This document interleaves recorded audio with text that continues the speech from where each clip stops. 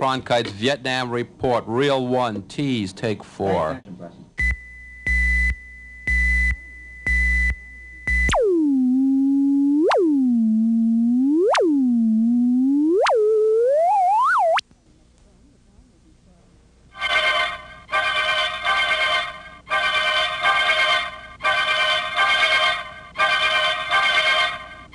Who, what, when, where, why. Brought to you by the Connecticut General Life Insurance Company. At Connecticut General, we do things a little differently. Tonight, Report from Vietnam by Walter Cronkite.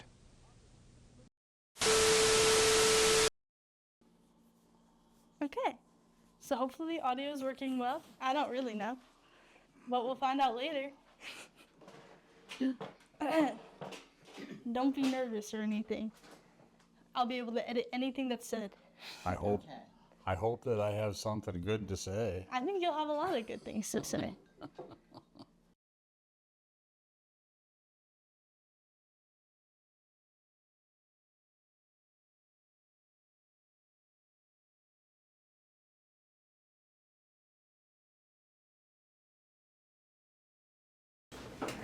So when I got this assignment, I was having a really hard time trying to decide what I wanted to do and who I wanted to talk to. I have quite a few people in my life that I had the opportunity to talk to, but one person spoke out to me specifically, and that was my grandfather. My grandfather, his name is Terry Gilman. He has talked about Vietnam and just the year of 1968 my entire life. He's one of those older individuals that kind of it's back in this time and this day on this year this happened, da da da da. He's definitely one of those guys, which is fantastic. And he has talked about the Vietnam War, 1968, the 60s, all of the political events and political climate that was going on at the time. He's talked about that for forever. So I really wanted to kind of highlight him today. While I was doing some researches on the Vietnam War in general and how the media kind of affected it, I was really intrigued how much it kind of went. This is going to kind of sound silly, but how much it really went with this assignment. A lot of people talk about the Vietnam War, and they reference it as the first televised war. So this was in the 60s. Television is kind of becoming more prominent in American lives. We were sending media to Japan and getting it sent back to us, via plane, whatever was needed to be done. And people sat and watched their TVs every night waiting for a certain broadcast to be put on about what's happening in Vietnam, what's going on, the protests that are happening in the country, and a lot of information. Yeah, I think it's just really interesting how much coverage there was just compared to wars prior and to political events prior. It's just something I don't think anyone would have realized would be such a big impact in television. So in this video essay, I'm going to be talking about a few different media sources. I'm going to be talking about some news coverage from Walter Cronkite. He's a very famous journalist in America. He was one of the main broadcast journalists on TV. So he was actually called the most trusted man in America. It's really interesting why people had so much trust in him, and how much his coverage kind of shaped Americans' viewpoint, perspectives of the war, and just everything going on at the time. I'm going to be talking about some other just TV shows that were on, The Smothers Brothers, All in the Family, just a couple things that were really impactful on TV.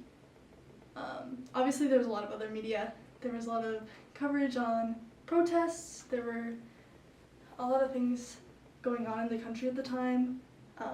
for context, like Martin Luther King Jr. was assassinated not long after my grandfather's friend passed away. Obviously, presidential elections, Lyndon B. Johnson said that he would not be running for president again. Richard Nixon came to office. A lot of things were going on at the time, and it was really kind of a trying time in America. So obviously there's a lot of coverage, but I think it's really interesting, the coverage on Vietnam and how it was so different. But yeah, I'm gonna be mainly talking about television just because I think it's the most like unique part of this war, since it was like the first televised war. Obviously now, basically all political events are televised, are recorded, are like in our video servers or whatever. They're on YouTube. You can find bombs being exploded in different places, just on your Instagram For You page or whatever you want to call it. But back then, this was a very new thing. This was not something you'd see every day. And I think it just really has kind of been, it was kind of paved a path in America, I think. So yeah.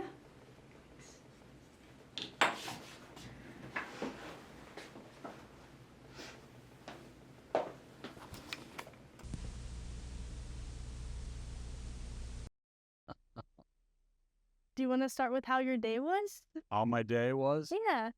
It was not a real great day.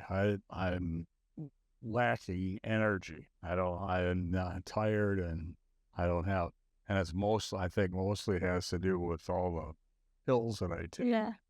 Okay. Do you want to talk a little bit about just like that time of your life when Vietnam started? Kind of like maybe you found out it started? Well, I was going to school in Chicago, and Grandma was going to school in Milwaukee, so we didn't see a whole lot of each other. About once a month we'd get together back in Belvedere. The Vietnam War was going on at the time, and I had a best friend who was over there, and I'm not sure just exactly what Tet is. That's it's a holiday of some sort for the Vietnamese. I don't know if that's the New Year, the Vietnamese New Year, or what, but it's at the beginning of Tet. Then the Vietnamese, of course, with the help of the Chinese, got decided it was time to get the Americans out of Vietnam. Produced for WRC-TV Channel 4 by NBC News, which is solely responsible for its content. Hi, this is Johnny Carson. As you know, this is usual starting time for The Tonight Show. And tonight, my guest is the New Orleans District Attorney, Mr. Jim Garrison, who is with us to discuss, as he puts it, some new and vital information concerning the Kennedy assassination. But because of the critical war situation in Vietnam, especially around Saigon, NBC for the next 15 minutes is going to bring you a special news program via satellite. So stay with us. We'll return in 15 minutes with our guest, Mr. Garrison.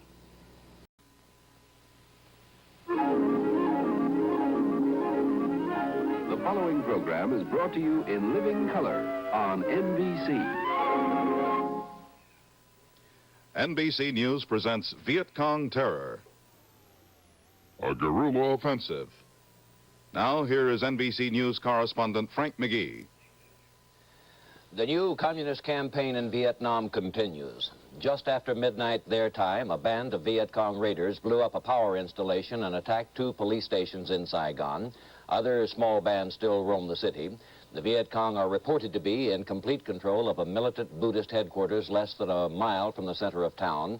And there are reports that the National Liberation Front has formed a revolutionary council to run Saigon. At nearby Tan Son Nhut Air Force Base, which is also American military headquarters, sporadic sniper fire continues to be heard. At Hue, the old imperial capital, 400 miles to the north, the Viet Cong is holding on to part of the town, as well as half the city of Kon Tum in the central highlands.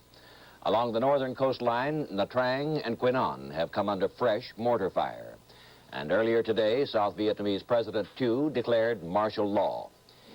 It all amounts to the most ambitious series of communist attacks yet mounted, spreading violence into at least 10 provincial capitals, plus American air bases and civilian installations stretching the entire length of the country. None had greater psychological impact than the assault on the American embassy in Saigon. For a late film report on Vietnam countrywide, here is NBC News correspondent Jack Perkins in Tokyo by satellite. 232 GIs killed and 900 wounded makes one of the heaviest weeks of the Vietnam War. And it is not a week. It is just over 2 days, the past 2 days, two of the worst we have known in Vietnam.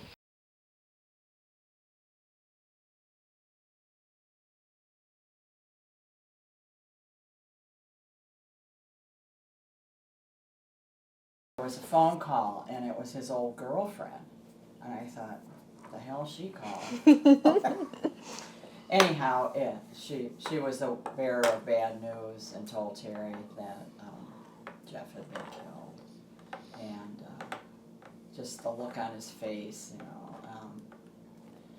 He wanted to go over there immediately to Mrs. Smith's house, to the mom's house. So we did. And there was all kinds of people there, and Mrs. Smith was laying on the couch, and Terry's old girlfriend was just holding her hand, sitting on the couch next to her, and she was just wailing. I mean, it was, God, I mean, it's all those years ago, and it's so emotional still. She said, I didn't want him to go, and it was, what do you say, what do you do, you know, and that was just such an emotional day, and I think it took Terry years to get over that. Maybe he never really did get over it, but eventually you move on, but I think it took a lot more time than we both realized it was going to take. And it kind of affected our whole relationship a little bit, I believe. So yeah. That's all I have to say about that. Yeah. Grandpa, what do you think about the day of when you found out? Yeah, it was pretty much, you know, in your mind it was pretty much chaotic because like Grandma said, there wasn't anything you could do. Shortly after we got there, his mom just laid down on the couch and buried her face in the back of the couch. You know, because there was, you know, actually the people that were there to console her couldn't do with anything. There was nothing anybody could do to console her. And the funeral wasn't it in the Catholic Church? The funeral? Yeah. And it was packed. There was so many people. Jeff was well liked, and just the fact that he was a 19-year-old kid who lost his life in a senseless war. There were so many people there. So, yeah, it took 2 weeks to get him home. That's how it wasn't exactly like. No, I mean, I don't know how long it takes to get somebody home from where they're at now, but. What Mike said, Mr. Bunker. I'm just an American who prefers living in Canada. Oh, I do. See, I got an answer from him. Fine, prefers living in Canada. The next question is, what the hell you got in Canada you ain't got here? Pass the yams, huh? Oh, here, Daddy. Huh? What's the answer? Freedom. Did you say freedom? Yes, sir. Freedom. Oh, come on, will you? You got more freedom in the U.S. of A than you got any place else in the world. This is the land of the free. You never hear of that? Mr. Bunker, for some of us, America is not free. Well, I think it's pretty free for everybody in this room and around this here table. I don't know what you're talking about. What the hell do you mean by free? Daddy, would you stop giving David the third degree? Don't give him no third. No, let's change the subject. How much more pigs? Yeah, hurry, this isn't happening. Wait a minute here. You know, I mean, I kind of get the feeling that, you know, you're all trying to shove something underneath the tablecloth. Wait. Don't be funny. Whenever I ask him what he's doing up in Canada, it ain't like he's a deserter from the army or something, is that? No, sir. I'm not a deserter. Well, I didn't think you was. I was just trying to figure out. I'm a draft dodger.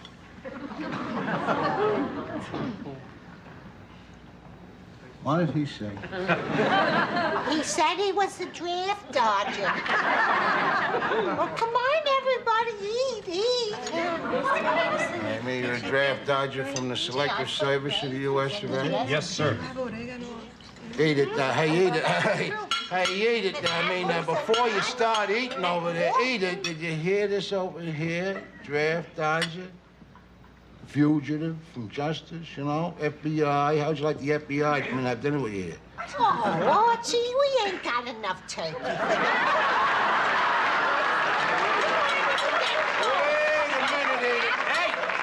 I don't want nobody to touch no food here till I get an explanation of this. Daddy, David doesn't owe you or anyone at this table any explanations. He owes explanations to the Army, the Navy, the Marine Corps, the Commander-in-Chief of the U.S. of A., the President. Will you put the flag away? It's Christmas, not the 4th of July. I wrote to the president about it, Mr. Bunker. He just couldn't come up with as many reasons for killing people as I could for not killing them. What do you know about that? How you like that, Pinky? How we got a draft dodger here, writes a snotty letter to the Commander-in-Chief. I mean, what the hell do you do with that? Look, Mr. Bunker, I don't want to spoil your Christmas dinner, so maybe I should go. You're not no, Daddy, don't let him go. Don't make him go. Certainly he's got to go. What are you talking about? The FBI was to find him here, we could all be having Christmas dinner in a hoosgow. Daddy, it's Christmas Eve. Now, don't go making a big crisis out of it. Look, Arch, what David did took a lot of guts. What do you My mean own a lot father of doesn't guts? understand. Why should he? When the hell are you going to admit that the war was wrong? I ain't talking about that war. I don't want to talk about that rotten damn war no more. I'm talking about something else. And what he done was wrong. Saying he won't go. Well, you think the whole people of this country can say whether or not they want to go to war? You couldn't get a decent war off the ground that way. All the young people would say no. Sure they would. Because they don't want to get killed. And that's why we leave it to the Congress, cause them old crocks ain't gonna get killed. And they're gonna do the right thing and get behind the president and vote yes. Arch, if my opinion is of any importance... Certainly your opinion is important. A Gold Star father. Your opinion is more important than anybody else in this room, and I want to hear that opinion. And I want these young people here to hear that opinion. Now, you tell them, Pinky, you tell them. I understand how you feel, Arch. My kid hated the war, too. But he did what he thought he had to do. And David here did what he thought he had to do. But David's alive to share Christmas dinner with us. And if Steve were here, he'd want to sit down with him. And that's what I want to do.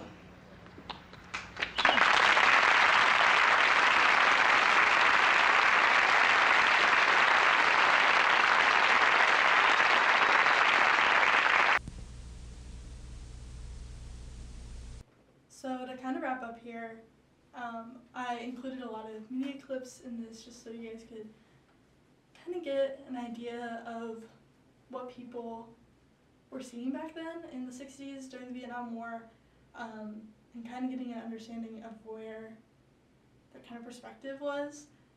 We saw in this clip of All in the Family how different generations were had so much tension in between each other and had so many controversial conversations and just differing opinions and how real that was. I know my grandparents were really into the fact, or really like wanted me to know how different that was. When like my grandmother was saying how seeing shows like All in the Family and The Smothers Brothers talk about the Vietnam War and embracing that very serious topic was really different than what she had seen in media before. TV up to this point was very fluffy, it was very entertaining, it wasn't talking about these very serious conversations and very serious topics. And yeah, I just think that's super interesting. The Smothers Brothers actually was kind of like an SNL skit-based show, and they ended up getting fired off of their, they got taken off the network because of a skit or joke about Vietnam that ended up being very controversial. And a few years later, SNL came onto the scene, and they were very controversial from the start. They held these very controversial skits and stuff, and that's kind of what they're known for. Usually political commentary is something that they do on most episodes. And I just think that's so interesting because they're still there. They never left. They've always been pretty successful, and they were only they only came on to networks a few years after the Smothers Brothers. And it's the same concept, it's the same idea, but that's just how quickly America was changing, in terms of media. From the Smothers Brothers to SNL, only a few years were in between there, and for some reason, America changed their mind on what they believed was okay to put on their screens and what was not. Obviously, a lot of people were still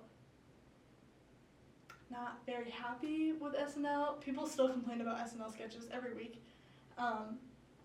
But that controversy is something that Americans were just becoming more comfortable with in media and in TV and just in their daily lives. I think that has only continued, and I think it will only continue. I'm going to leave you guys with a clip of Walter Cronkite talking to America as a whole about how we should be leaving the Vietnam War in his personal opinion and how we need to negotiate a better offer. Cronkite was very much respected in America. People watched him every night on his CBS News show, and he was just a very well-respected journalist, and people listened to him, and more people wanted to leave after they saw this recording. And shortly after, Lyndon B. Johnson did let the country know that he would not be running for president again, and this changed the course of the Vietnam War and what we ended up doing with it.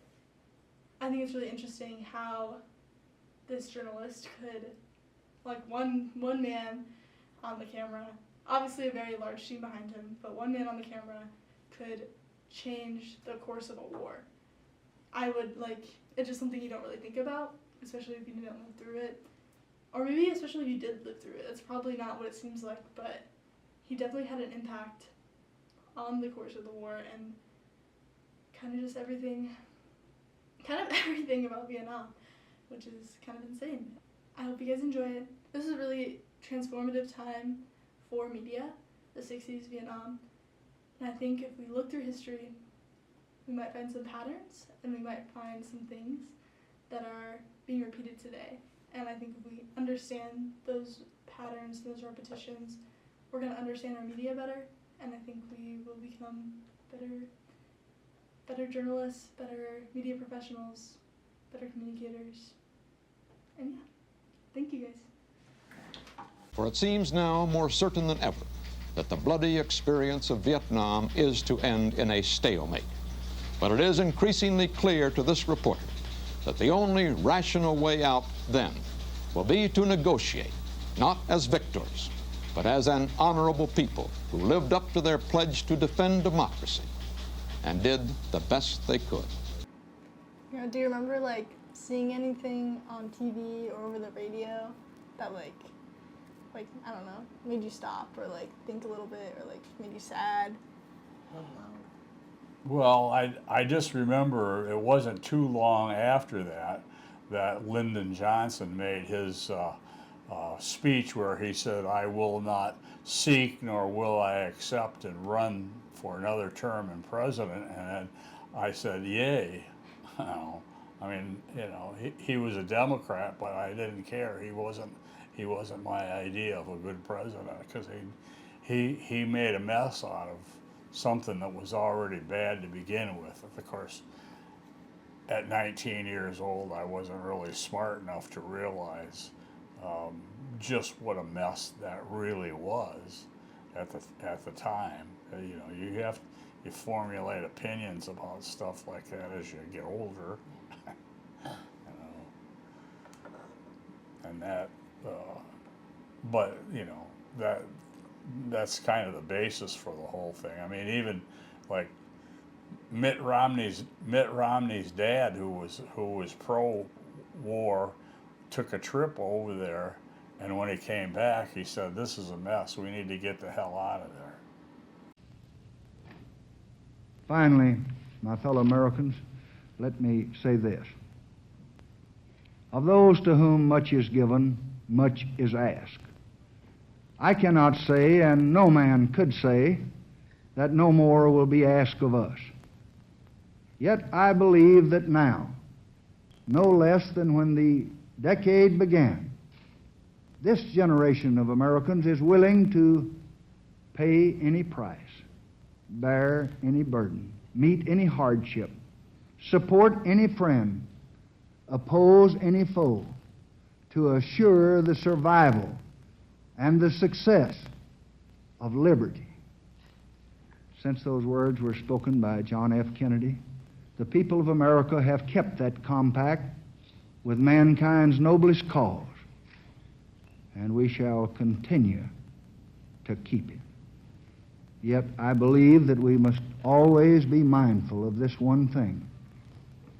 Whatever the trials and the tests ahead, the ultimate strength of our country and our cause will lie not in powerful weapons or infinite resources or boundless wealth, but will lie in the unity of our people.